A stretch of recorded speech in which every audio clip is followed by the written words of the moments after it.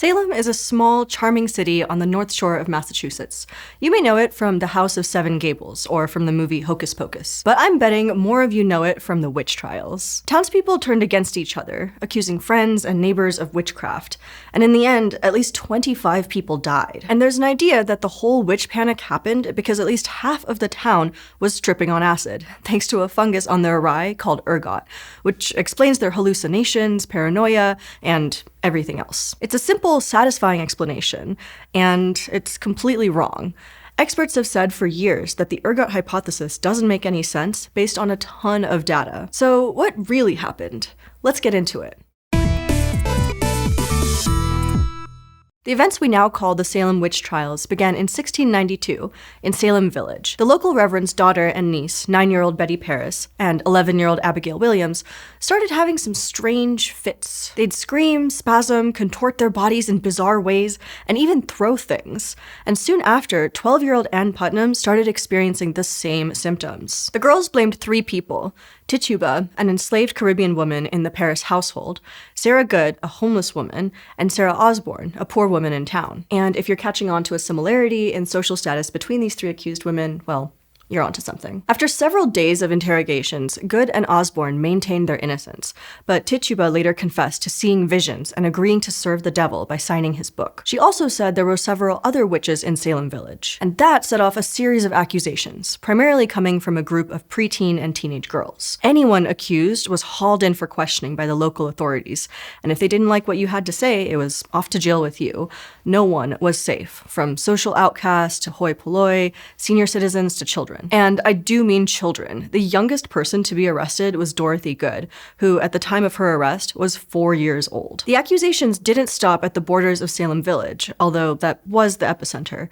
Trials and executions happened in nearby Salem Town, which is a different place than Salem Village, as well as Amesbury, Andover, Marblehead, Peabody, and Topsfield. Also, here's a fun fact. The place that we call Salem today is Salem Town, not Salem Village. Salem Village is now called Danvers, but the Danvers witch trials just doesn't have the same ring to it. So people are getting accused left and right and then chucked into their town's jails.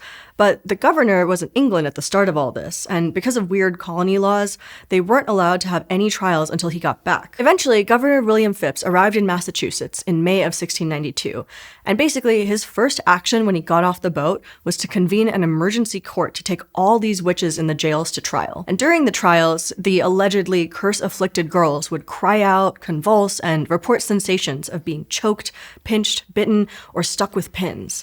And they even reported seeing evil spirits in the room. A total of 19 people were found guilty of witchcraft and sent to the gallows, and one man who'd refused to participate in the whole thing was pressed to death under heavy stones. The witch hunt finally came to an end after Phips walked the whole thing back in October in response to a local minister. Also, the governor's wife got accused of witchcraft, which may have helped him come to the decision that the trial should stop. Phips forbade any further arrests, dissolved the special court, and pardoned everyone still imprisoned for witchcraft by the end of 1693. Well, everyone that was still alive. By the time it was over, more than 200 people had been accused, 20 had been executed, and 5 died in prison. Looking back from the modern era, it's hard to fathom how something like this could happen. So it makes sense that a lot of people from a lot of disciplines would spend a lot of time studying the events. And that's where the fungus comes in. But before we get to that, all science needs funding, including ours. So here's a quick ad break.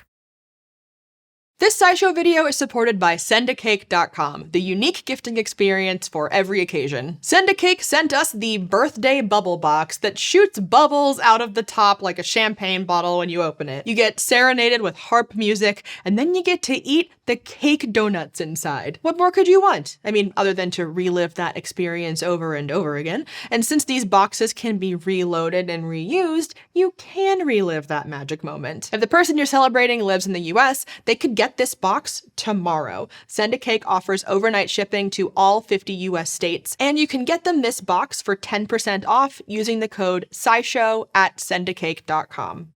In 1976, a psychology graduate student at the University of California, Santa Barbara, named Linda Caparel, published a paper in the journal Science proposing an entirely novel cause of the 1692 witch hunts: Ergot. Ergot is a fungal disease that infects grains, particularly rye. When a plant is infected with ergot, it releases a yellow mucus, and the strands of that form dark balls on the head of the grain. The rye field gets harvested, the fungus balls end up mixed in with the healthy grain kernels, and a farmer may never even notice there was a problem.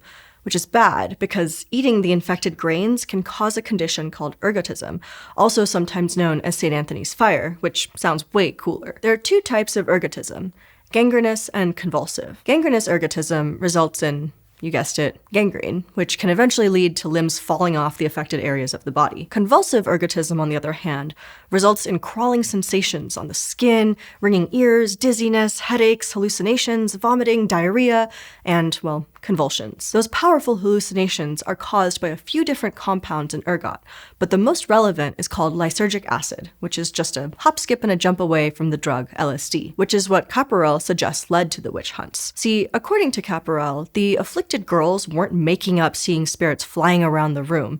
They actually thought they saw them, thanks to the ergot-induced hallucinations. And those phantom feelings of being choked were the constrictions of muscles common in ergot poisoning.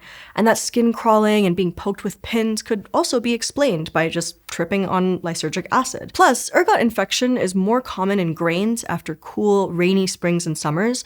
And in the summer of 1692 in Massachusetts, that's exactly what they got. Caporel's paper also noted that 4 of the accusers lived in the Putnam house, which meant they all could have eaten the same contaminated bread. In fact, the paper stated that all but 2 of the accusers either lived in the same part of town or would likely have been eating bread from the same area. Most of the accused witches and those defending them, on the other hand, lived on the other side of town. An outbreak of ergot in the western fields is roughly consistent with who the accusers were and who they accused.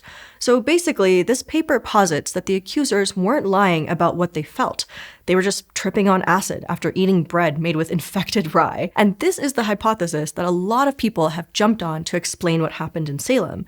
So many, in fact, that it sometimes gets taught in schools. But there's a lot of evidence that directly refutes the ergot hypothesis, which is why experts have been trying to debunk it for a while. Like, basically since Caporel's paper came out. Within months of that first ergot paper, a rebuttal was published, also in Science. And the authors noted that, for one thing, the symptoms of convulsive ergotism don't actually line up with what people in Salem were experiencing. Like, if the people of Salem were getting dosed with ergot, there's a good reason to believe that they wouldn't have gotten the convulsive variety of ergotism in the first place. Epidemics of convulsive ergotism typically occur in people who have vitamin A deficiencies. But vitamin A is found in fish and dairy, and Salem Village was a farming community with tons of cows and therefore dairy. And Salem Town was a seaport, so eating fish would have been common too. In people without vitamin A deficiencies, ergotism usually manifests as the gangrenous kind, and there are no reports of anything remotely like gangrenous ergotism in Salem around that time. It's not like the people keeping records from that period would just forget to mention that their neighbor's hand fell off in the town square.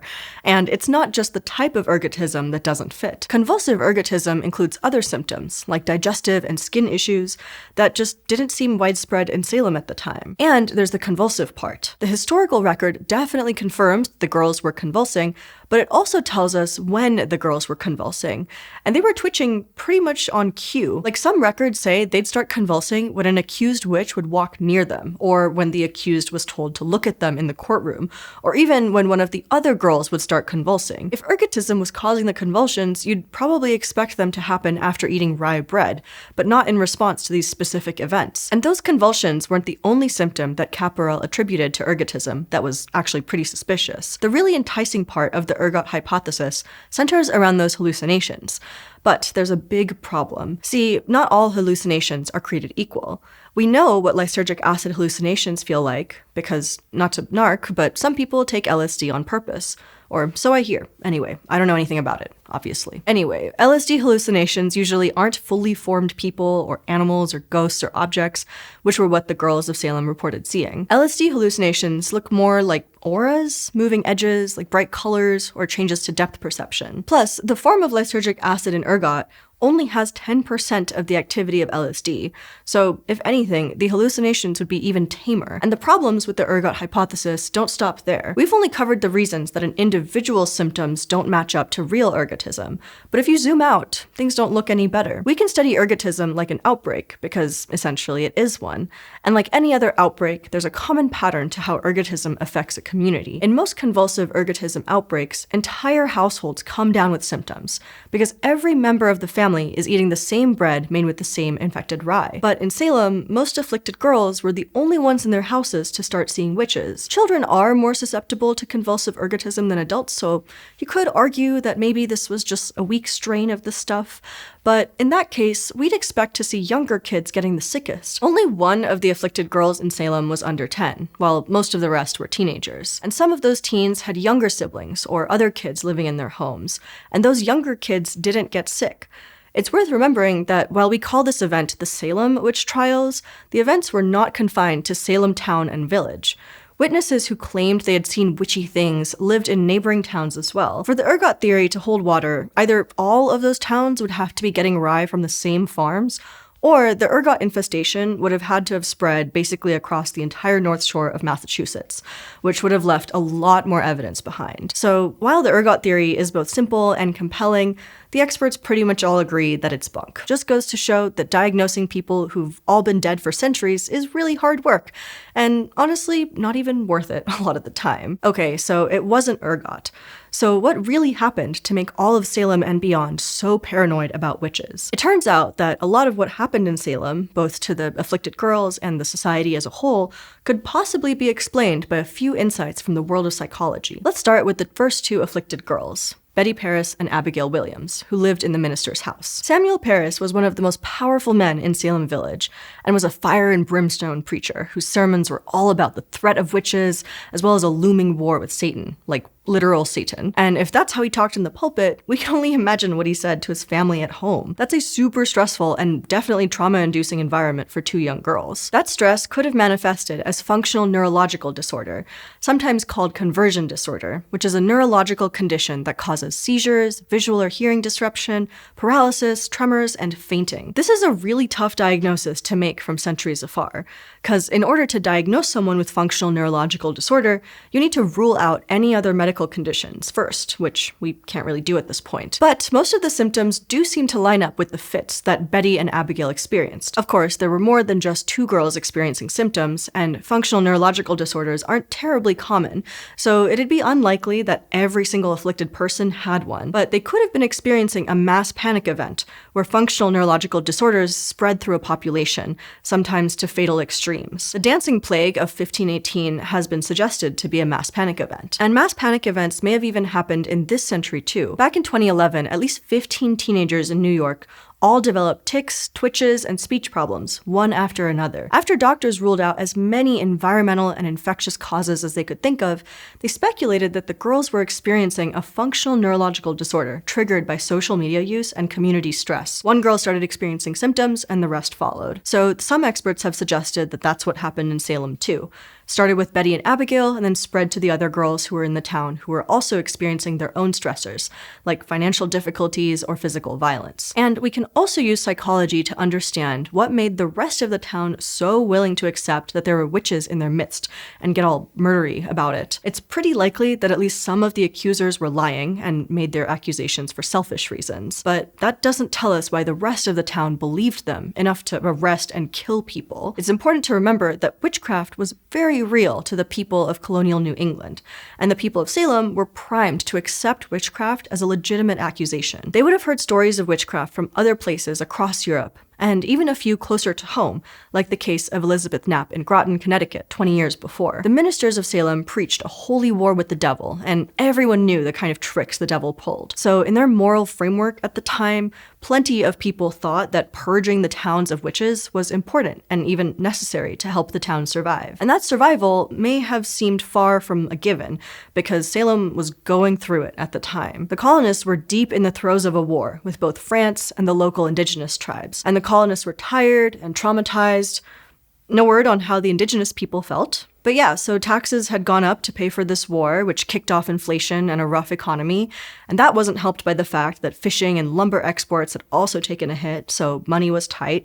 And to top it all off, the government for the whole of Massachusetts was in shambles. See, because Governor Phipps wasn't even in Massachusetts when the whole situation kicked off, the colony had been stuck with an interim governor for several years. Laws needed to be rewritten and courts needed to be recreated, which left a lot of towns having to fend for themselves, governmentally speaking. And worst of all, church attendance in Massachusetts was down, spurring some religious animosity in the community. So there were spiritual, political, and economic tensions.